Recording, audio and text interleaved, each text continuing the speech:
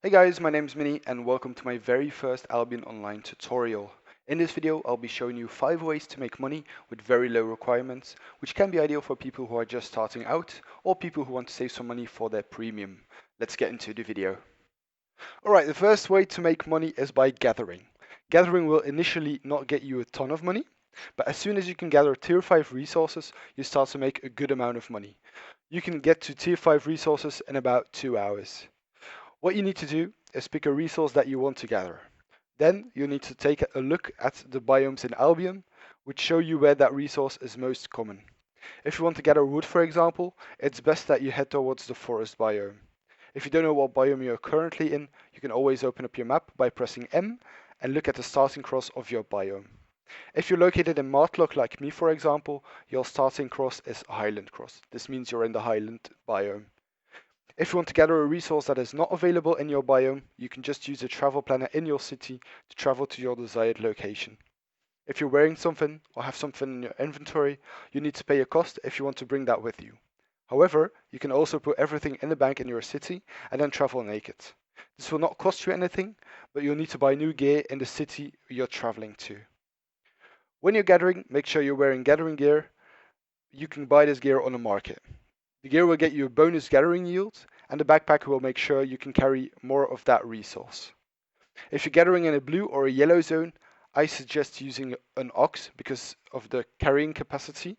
However, if you're going to red or black zones, I personally prefer a horse or armored horse because these are a bit faster than an ox and help you outrun gankers.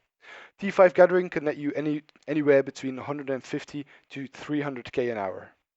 The second way to make money is by doing random solo dungeons. These are spread all over every zone, and you can get in by dismounting and clicking on the floating green shaft. Once inside, you'll have to fight through a lot of monsters and some bosses.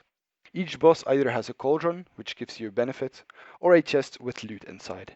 Once you've reached the end of the dungeon and have beaten the boss, you can exit the dungeon by using the same key that you use for mounting and dismounting. Now there are 4 types of chests which you can find inside a dungeon. Green is uncommon, blue is common, purple is rare, and white with a yellow glow is legendary. Now the random dungeons are catered to the strength of the zone. This means that when you're in a blue tier 4 zone, you'll be fighting against tier 4 mobs.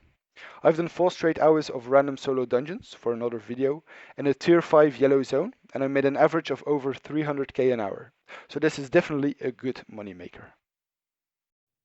Another way to make money is by traveling from city to city and comparing the prices until you found an item that you can make a decent profit on. Just keep in mind that you'll have to pay a 6% tax when selling an item. For this example, I'm at Thetford, and I know that you can't find rocks around Thetford because it's not in their biome. As you can see, sandstone blocks sell for 162 silver here. When I get back to Martlock, which has rock as their primary resource, you can see that sandstone blocks sell for around 121 silver, which is a 41 silver difference. That's a return on investment of 33%. What you need to do next is get an ox, buy as many sandstone blocks as you can in Martlock, and pick a safe route to travel to Thetford, where you'll sell the sandstone blocks. The fourth way to make money is by market flipping.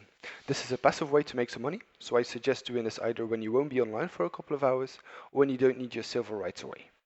Market flipping is easier than it sounds, definitely in Albion Online. What you need to do is head to the marketplace in a given city, I'm in Martlock for example, and you have to choose a certain item. Click on the buy button and then expand the buying screen so you can see the buy and sell orders. What you need to look at are the buy orders and the average price. If there's a good difference between the average price and the buy order, you can put up your own buy order at a slightly higher price than the highest buy order. For example, experts ballcasters go for an average of little under 40k a piece, but when we take a look at the buy orders, the highest is sitting at 21.2k, which is a massive difference. If you take the taxes into account, you're still looking for a profit of over 15k per item.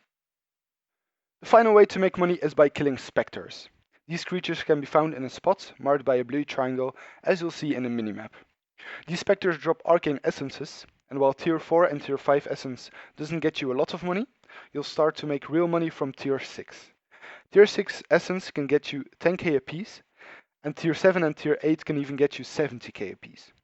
By doing this, you can get anywhere between 400k and 800k an hour, depending on how quickly you can kill them and how lucky you get. The reason I've put this moneymaker last on the list is because there is a risk involved. You can only find these spots in the red zone, where there's a chance of you getting ganked. My advice is you slap on some low level gear, tier 4 for example, and use a simple riding horse. I've used gear that was worth under 50k, so that when I got ganked, I didn't lose a lot of silver.